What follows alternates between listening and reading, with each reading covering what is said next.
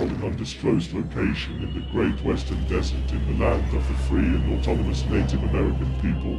The 2024 presidential campaign in the next time to return all US land back to their rights owners.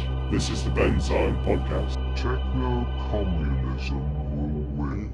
Good Madam is a good film, and it is a film that was written by a number of people. You could say screenwriting by committee. So about 10 South African writers got together and put together the script, and productions, of course, of this level of skill are put together by a good many more people than 10, for the most part. And that's the case of this film. It doesn't have a literal cast of thousands like the analogous Western summer movie. Psychological horror can sometimes kind of be a summer or fall movie. And so this group of people pretty well took some pains to tell this story. And that's why, one of the reasons why, when I was thinking about it some more, I thought this is not something that I should just disregard as being a messy third act. Because for one thing, the themes throughout and in the third act were sensible enough and containing a powerful allegory of liberation kind of theme. So this Good Madam of the title would most directly describe a white Western plantation owner, a personality of some historical influence and present-day influence in the imperial core. And this person is very little seen, but is the constant subject of debate in this film, principally between the two leads. So Tzidi is the daughter, the lead in the film, and she's played by a woman named Chumisa Kosa. And the other lead in the film is her mother. She's just referred to throughout as Cece, or mom kind of names. These two are themselves, they had periods of estrangement to varying degrees throughout their entire lives, such that Tzidi does not think of her biological mother as the person who raised her. An estrangement, that's the direct result of a neo-colonial lifestyle, because Cece is a domestic servant who has lived full-time as a live-in servant with this wealthy white woman who pays her some kind of wage, but clearly perhaps not enough for her to have any independence from this individual. Gender's playing an interesting role in this film. As I said, the two leads are female, and they both are people that have children. Because there's the third sort of one of the other leads is a small child who's also gives a pretty good performance. Sometimes these films suffer, like Slashback, a film that I have threatened to do another review of,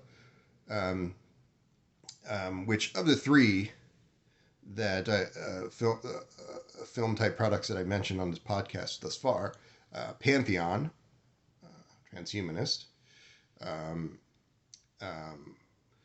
the Good Madam, liberation minded, but not depicting liberation in the sense that other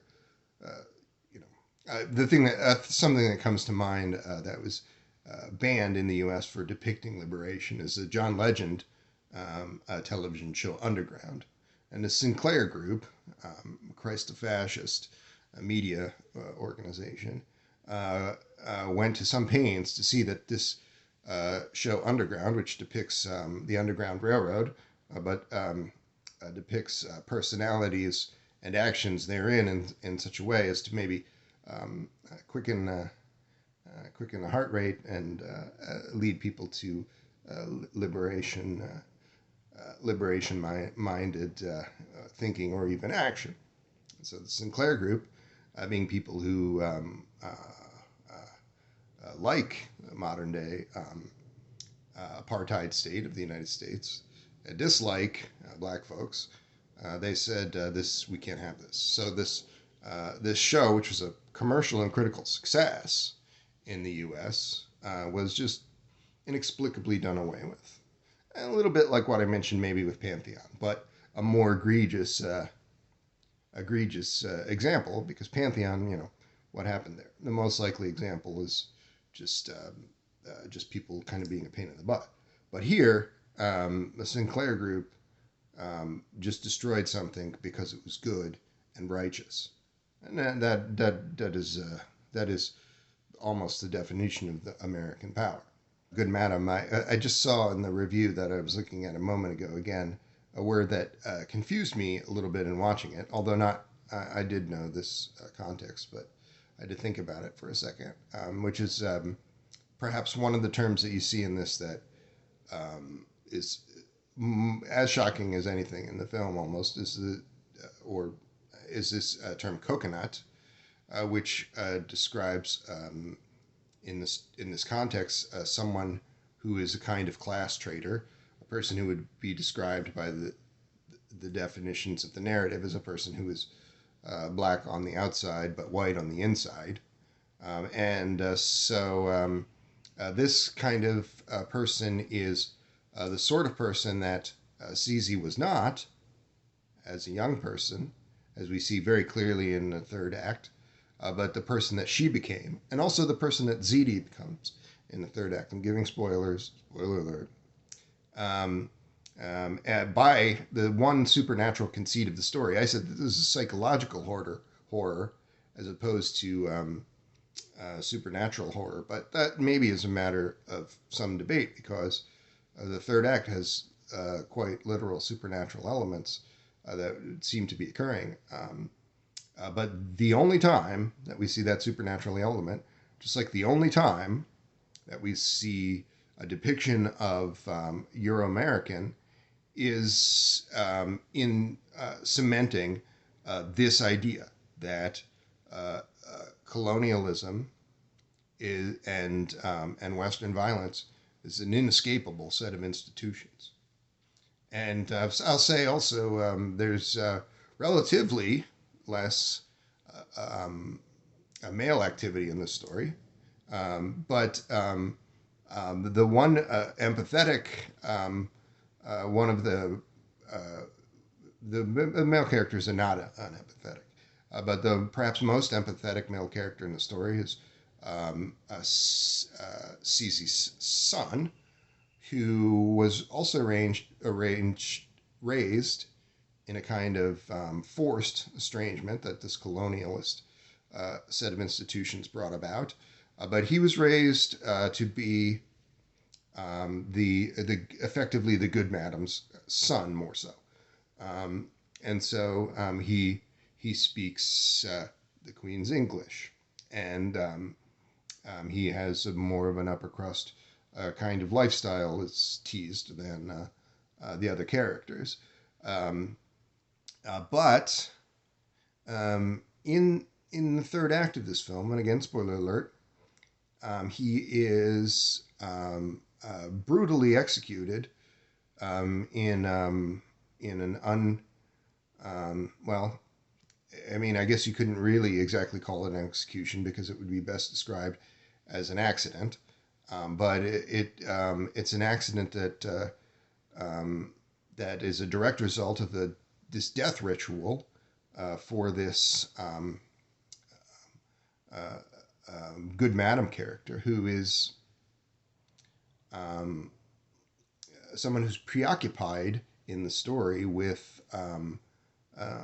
ancient death rituals, most particularly those of ancient Egypt, and is seen as having this relationship to workers that is monarch-like, in the way that you would expect an Egyptian pharaoh to be buried with their servants. And that burial with the servants is one of the most significant motifs in this story. There's a graveyard on this property. Almost all of the action in this story takes place on the grounds of this plantation,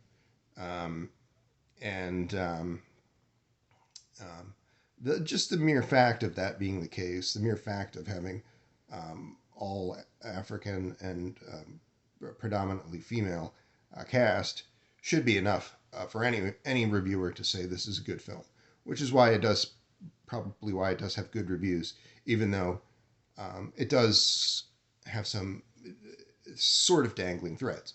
But I would contend that those dangling threads are provocations for thinking about these matters.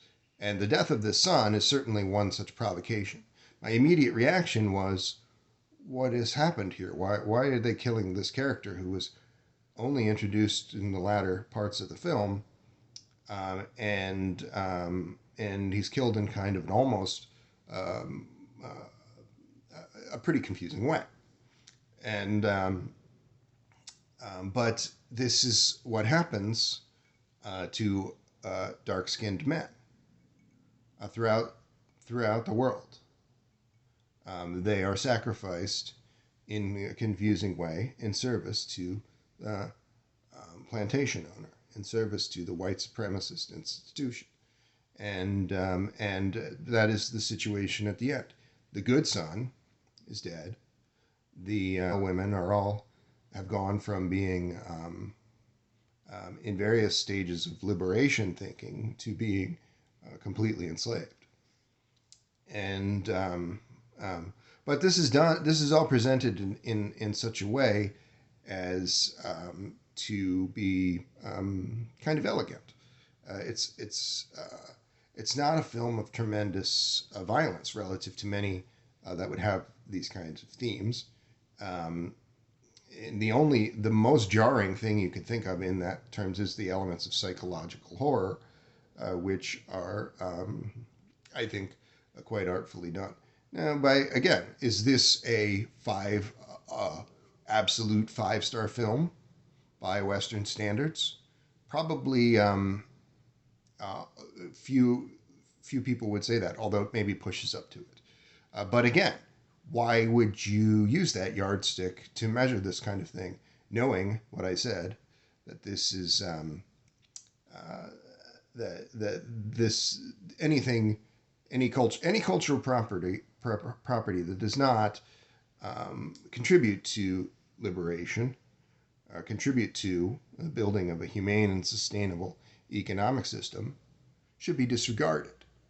And that's why I have no problem saying, for example, that Christianity and religions that are accepted by the West, it's not limited to Christianity, but in the United States you could basically just say Christianity and this, and the United States being that hegemon, you could say that Christianity is then the most problematic thing of this kind. But Christianity, there's no patriotic socialism. There is no good form of hypernationalism.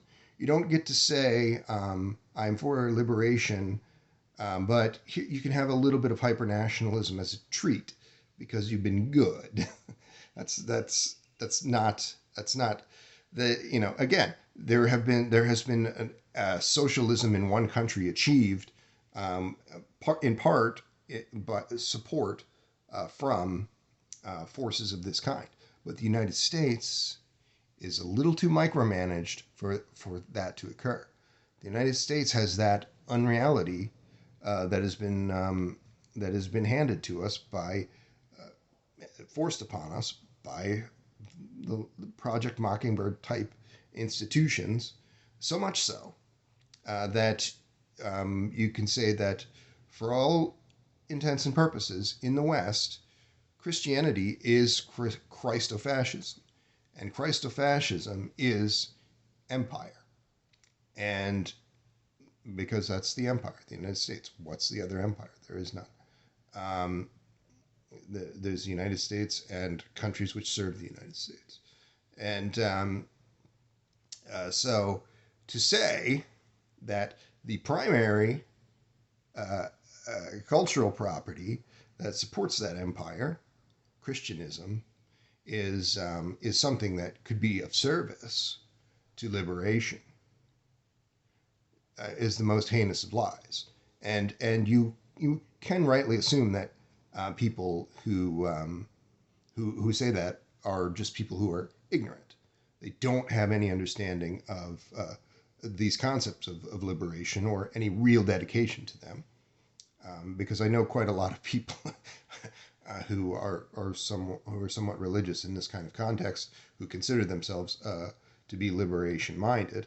And but let's accept that this is problematic enough, that this is a product of ignorance or the product of tampering of the kind that I've already described, which is really the reason why this is irredeemable. The United States is a premier fascist country. If you're going to end fascism, you're not going to do so by accepting the thing that has been the bootloader for fascism. Because before there was the capitalist institution in quite the way that we've come to understand it, the earth-killing a monolith from which we cannot escape being crushed, before there was this behemoth, before there was a patriotic sentiment of a kind that exists today, on this continent, the colonizers were Christofascists. That's a common thread. And today, what do you know? The colonizers are still Christofascists. So what kind of scumbag are you then saying that, well, we can't just throw out the baby with the bathwater with respect to Christianity, knowing that Christians are killing you? Again, you are more concerned with the feelings of the people killing you than with doing anything about saving your own miserable self. That's a little sad, isn't it? But that's the reality of this Western set of institutions. And that's why I liked Good Madam, because it describes this oppression, and it describes it as something inescapable, but in almost tender kind of way.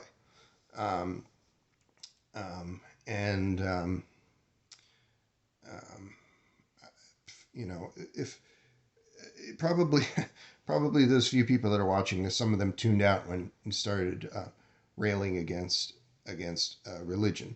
But you know what? This is not a religion is not something that provides a great service to anyone. What is superstition doing for you? It's confusing your thinking, and it's allowing you. But principally, what it does is allows you to set aside something. I say to someone on the street, "The earth is dying. We should do something about it." And instead of saying something coherent in response, conservative or liberation-minded, they say something incoherent. The baby Jesus, blah, blah, blah. That is not an appropriate response. And yet that is almost every American's response in connection to this. Even the liberal who is an atheist. Because the liberal who is an atheist will still protect that institution. Because they are more invested in white supremacy than they are in liberation. And that is what this essentially comes down to. And that is why I feel happy to endorse a film like Good Madam, whereas, you know, in Pantheon I was like, kind of a jerk to bring this up. But I feel happy about that too. Why not? Because where are you really going to consider something like artificial superintelligence or conflicts of that derive from that, which is your future? That's 15 years from now. That is your future. That is not science fiction. That's a safe bet as to be science, a fact of some years from now. Will it be whole brain emulation on that time frame, having that impact? Almost certainly not. Will it be a thing a little bit similar to that? Some other advanced set of algorithms, and quite a few of those, having a similar impact? Absolutely. And I could recommend 800 books on some of these subjects, or I can say watch a few hours of television while you're having dinner. And so that's what I've chosen to do for this program. Just in the way that right now I'm not having guests, so some kinds of choices are being made. In conclusion, I wanted to say a little something else about what I consider to be a thing of importance. It's nothing compared to the importance of building a sustainable set of institutions, a humane and sustainable economic system, and other institutions within that framework. In my view, the Marxist Tech Accelerationist should primarily be Marxist, but a person who recognizes that emerging technology is critical to that victory in a way that almost no Marxist does. No, most Marxists are just kind of historical recreationists. The worst people in the United States dressing up as Confederate soldiers and doing a reenact, but they're not reenacting something that's a complete dog shit like what an American would. They're reenacting something that is good. But does it have anything to do with what happens in the next 20 or 30 years? Maybe not. And that is unfortunately the state of the American left. And the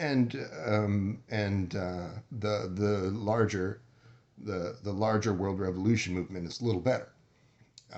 And I would say again that a major failing in that is surrendering advanced technology to fascists, surrendering the culture, because what do you think of when you think of tech anywhere? Outside of maybe China or one or two other places, you think of for-profit organizations that are curated by the military-industrial complex. You think of those kinds of effects and influences, and that didn't need to be the case. If you can remember in your own lifetime, perhaps in the 1980s. Would someone have predicted that that tech would be fascist in this way? The prediction was that this was itself a liberating force. That's not proved to be the case, and that is a failure of all of us. And we can say, we didn't decide the outcome of the Cold War. I can't fight against trillions of dollars of filth being done by the U.S. And West in this way. Yes, you can, because it takes a small percentage of people to speak out and stand against this, and that's why I'm going to keep doing this program in this way, because I think that just a few people thinking about these things and being exposed to them over and over again. I do a similar thing with sharing artwork, across Twitter and Facebook. I make infographics that have some of this stuff. You saw it in some of it in the first one, and probably I'll slap some on here too now because of this.